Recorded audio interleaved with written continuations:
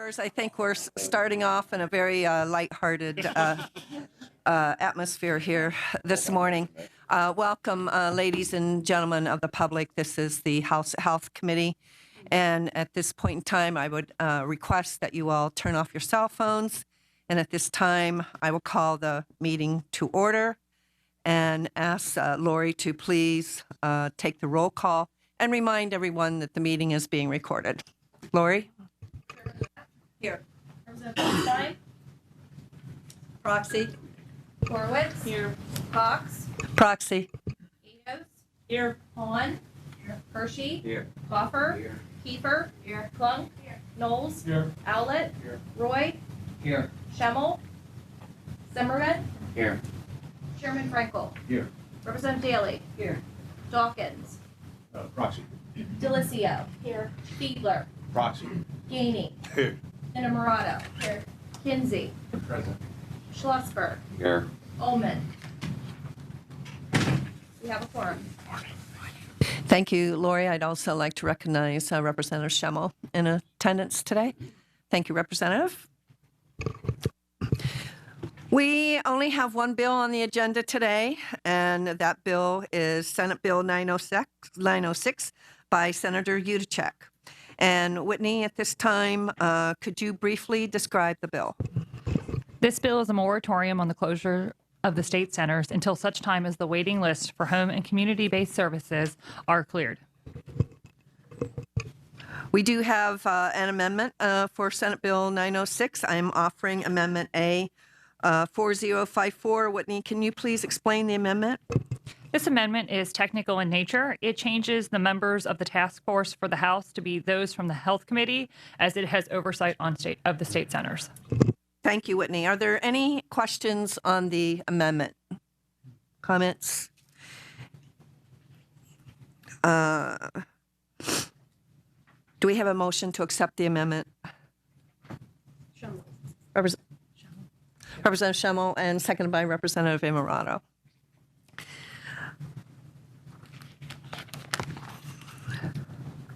Are there any negative votes on this amendment, members? If not, thank you. The amendment is adopted. At this point in time, Representative Lee James has asked to speak on this bill, and then after he speaks on the bill, I will ask Whitney to explain the bill as amended. And I'd like to recognize Representative Ullman for her attendance. You may proceed, Representative James. Thank you, Chairman Rapp. Thank you, members of the panel, for enduring my brief speech here.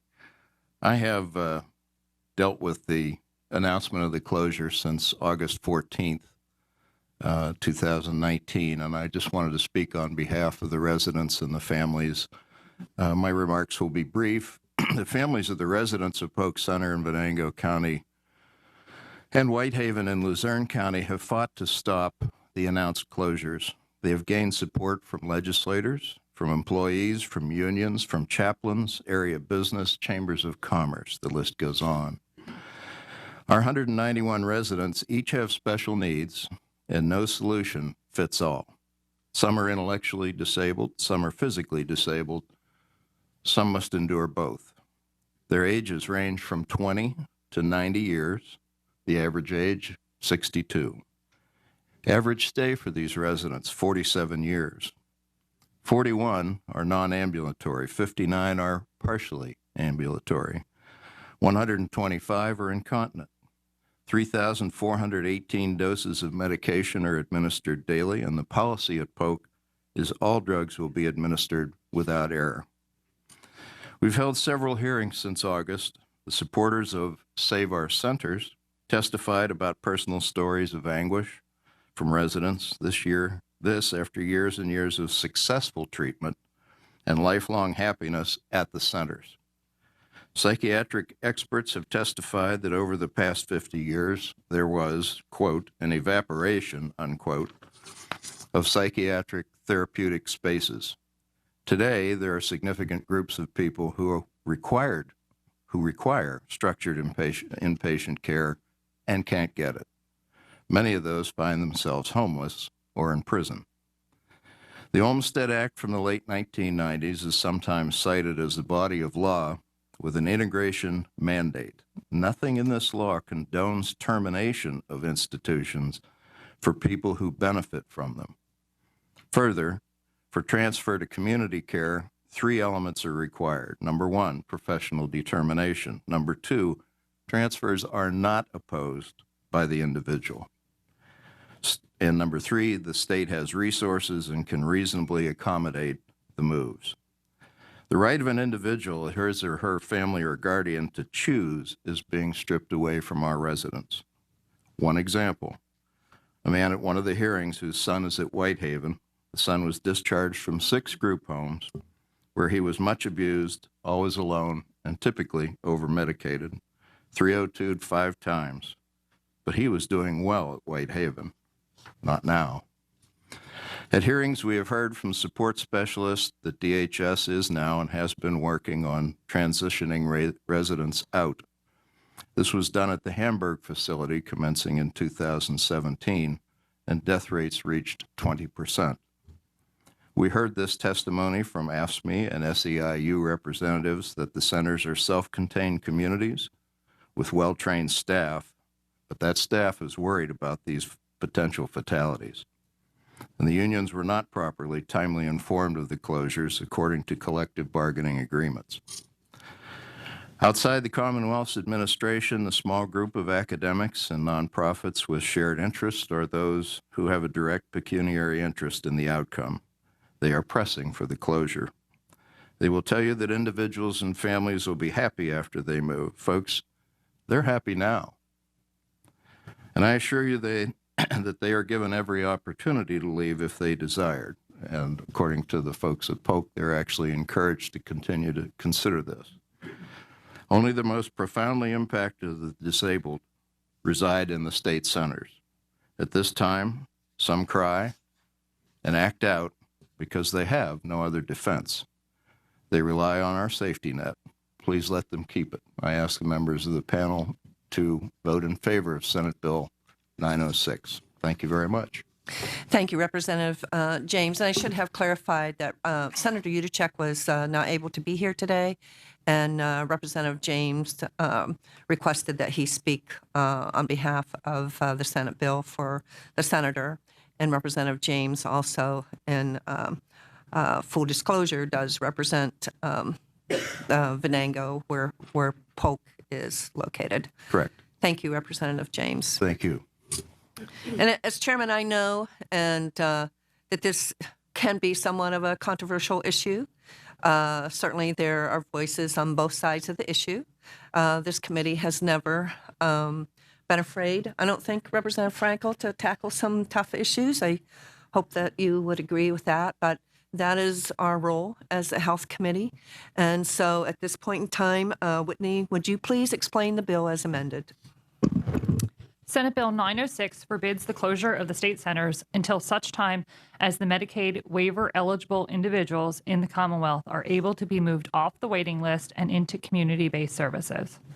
Once all individuals have received authorization for community-based services, the department shall notify the Legislative Reference Bureau, and upon publication in the PA Bulletin, a task force on the closure of state centers will be established. The task force shall meet biweekly to evaluate the impact of the closure of state centers on those groups which would most be impacted by its closure.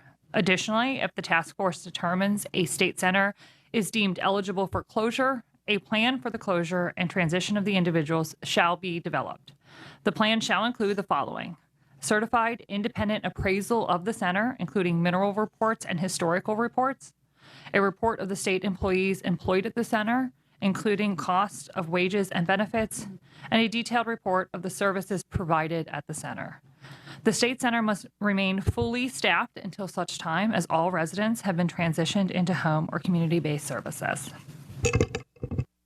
Thank you, Whitney. Any questions or comments on the bill?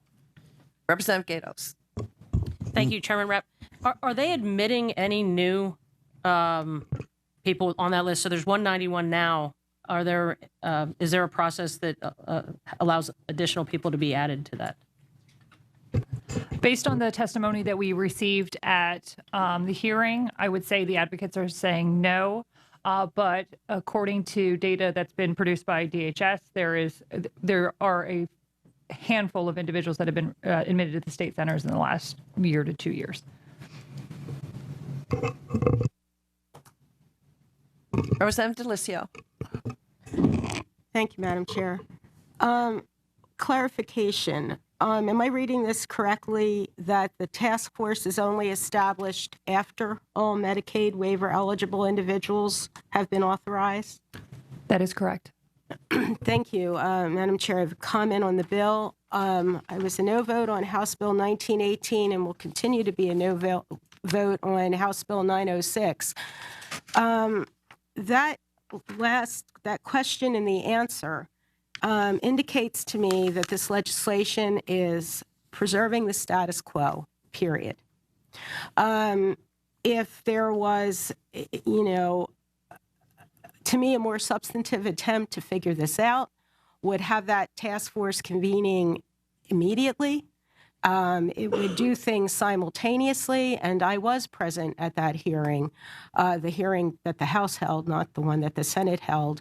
And I heard information from both sides, and what I heard was concern about change, very natural human reaction to any situation that's a major life event. But I also heard information that could be posited to support one fact or the other.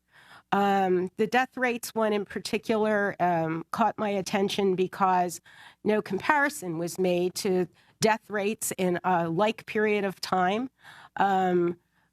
previous to the closing of Hamburg. And if somebody were to look at those rates, you would find them to be stunningly similar. So I look forward to trying to figure this out with my colleagues and with the administration. This bill doesn't do anything to figure that out. This is a maintenance of the status quo, and the status quo is not working. Thank you, Madam Chair. Thank you, Representative. Any other questions or comments? Representative Knowles. Thank you, Madam Chair. There's no doubt in my mind that everyone who sits up at these seats has great concern for the residents of these facilities.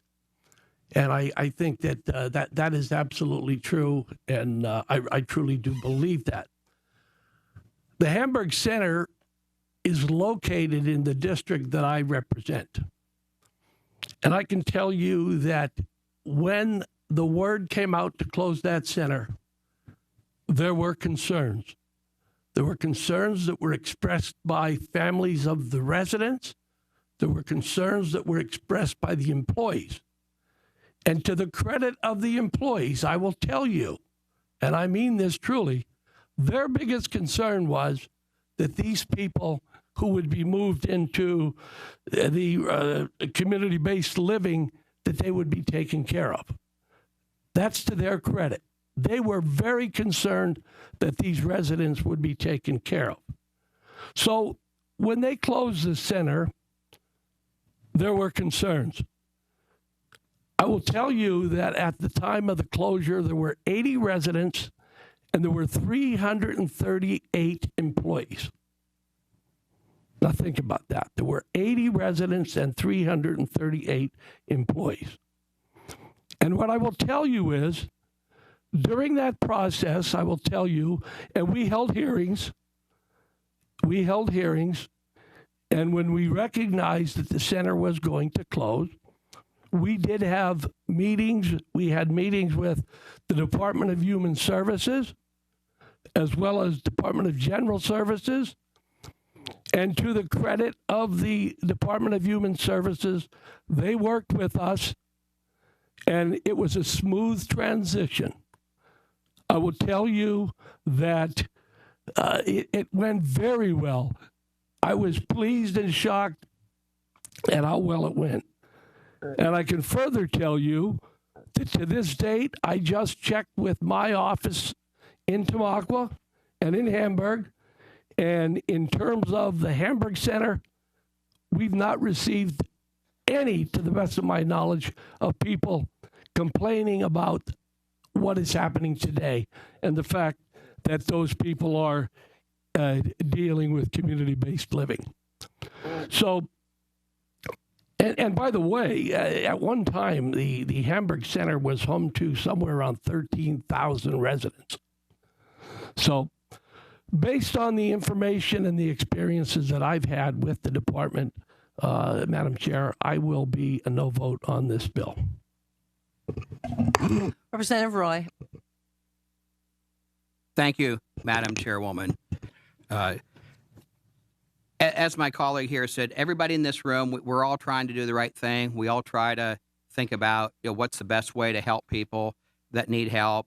But I do want to point out that as a society, we no longer engage in mass institutionalization of people with intellectual disabilities.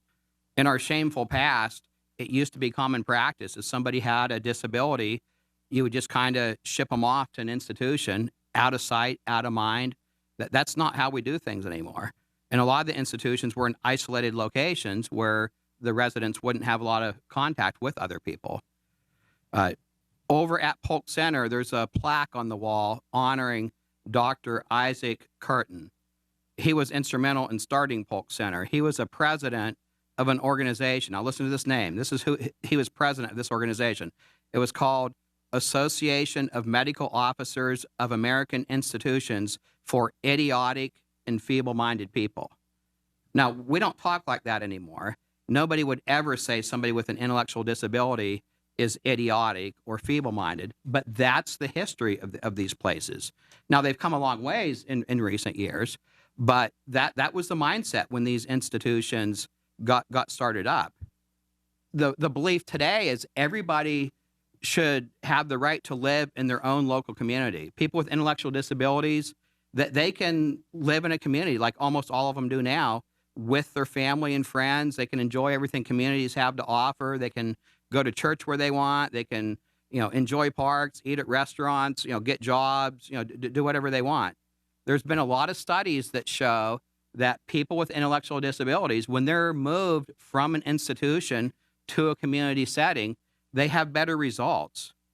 Across the country, there's 12 states and the District of Columbia that have nobody at all in institutions. 0 people with intellectual disabilities are in institutions. There's 5 other states that have fewer than 66 people who are still in institutions. 50 years ago, there were about 200,000 people in the country that were in institutions similar to our state centers. Now there's under 20,000. It's just completely an outdated method of providing services to people with disabilities. Today, there's something like 30,000 people in the state, 40,000, some big number that are receiving services that have intellectual disabilities. Only 700 of them are in state centers. A lot of people might not realize the size and the scope of a lot of these state centers, but a typical state center is about the size of a college campus. Imagine a campus the size of Kutztown University or Slippery Rock University. Imagine all those buildings, all that land. That's how large these state centers are. And they have 100 or 200 people there. It's completely inefficient. The one closest to me is Polk Center. They peaked at 3,400 people back in the 50s. Today, I thought it was 194. I heard earlier there's 191 residents. So they're operating at about 6% capacity. It's just completely inefficient from a financial standpoint. But more importantly, people with intellectual disabilities, the studies show they do better when they're in a community setting. Thank you. But when you look at the cost, you're looking at around over $400,000 a year per resident. Organizations like the Barber National Institute, the ARC, Erie Homes for Children and Adults, groups like that operate group homes, they do it for about $200,000 a year per resident. If we spent half as much per person, we could serve twice as many people. And I voted yes on the bill that was basically the exact same bill a few weeks ago. But over the last few weeks, I've talked with people, I've done some research, and these institutions are a relic of the past. And I think we need to move forward and have people in the community where they can have fuller lives. Thank you. Thank you, Representative. Representative Frankel. Thank you, Madam Chair. I just want to say how much I appreciate the thoughtfulness with which all my colleagues have approached this, and also the evolving positions that have taken place as we've educated ourselves about this. I will be opposing this legislation as I did the first time, but I do believe that preserving the status quo in an environment where the standard of care has changed so dramatically and improve the lives of people with disabilities. And we can take a look around the country, as was noted, that we are preserving some of the remnants of a care system that other states have moved well beyond.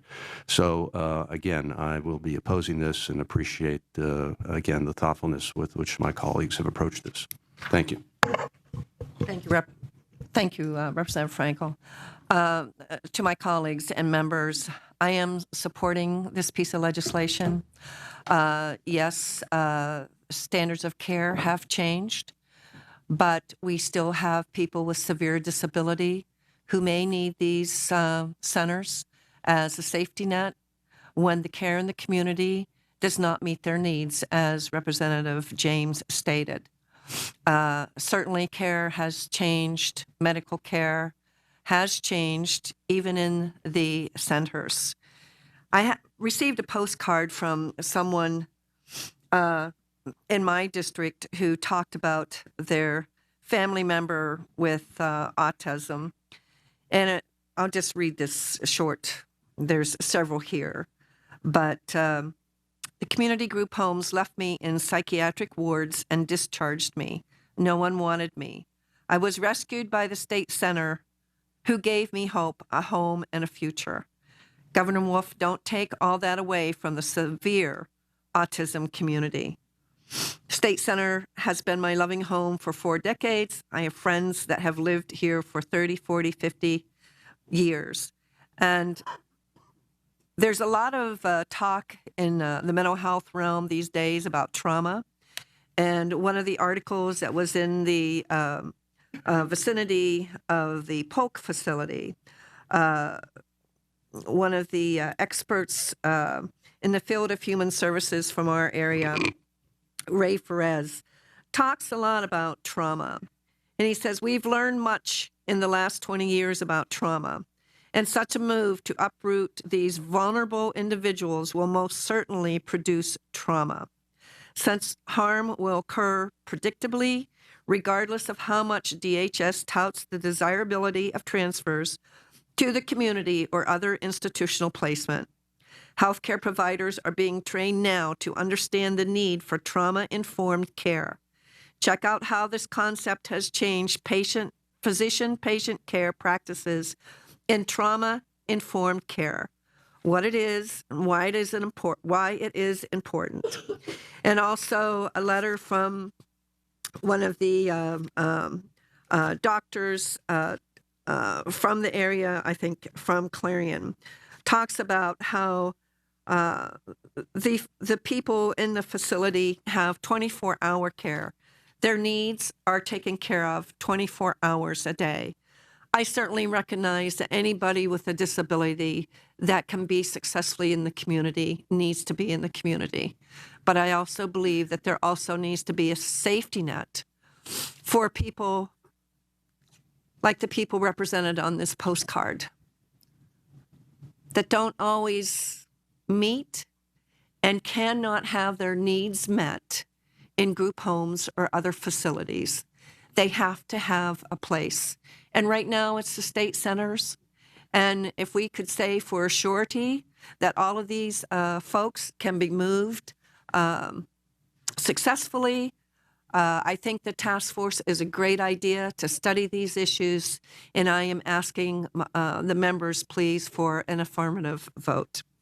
Thank you. Are there any other question or comments? If not, I have a motion by Representative Coffer to move Senate Bill 906 as amended, seconded by Representative Hershey. Are there any negative votes? Lori, would you please call the roll? Yes. Senator Bernstein. Proxy, yes. Horowitz. Yes. Cox. Proxy, yes. Gatos. Yes. Vaughn. Yes. Hershey. Yes. Coffer. Yes. Kiefer. Yes. Clunk. Yes. Knowles. No. Owlett. Yes.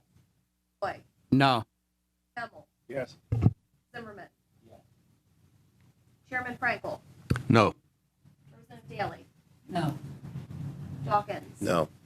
Delicio. No. Fiedler. Proxy, no. Gainey. Inamorado. No. Kinsey. No. Schlossberg. No. Ullman. No. Bill passes 1312. Thank you, members. Thank you, members of the committee, members of the public. Oh, I'm sorry. The yeas and nays have been taken. The Senate bill is reported as amended, and we're not finished yet. We have a package of non-controversial resolutions, only 2. So, Whitney, can you please read the list of resolutions in the package? House Resolution 613 by Representative Kaiserowski. House Resolution 615 by Representative Oberlander. Do I have a motion to adopt the 2 resolutions listed in the package? Representative Frankel, seconded by Representative Gatos. Any negative votes on the resolutions? Hearing none, the House resolutions are reported from the committee without amendment. I hope that all of you will have a very blessed holiday, and we will see you in the committee, hopefully in the new year and not before. Likewise. Thanks, Mike.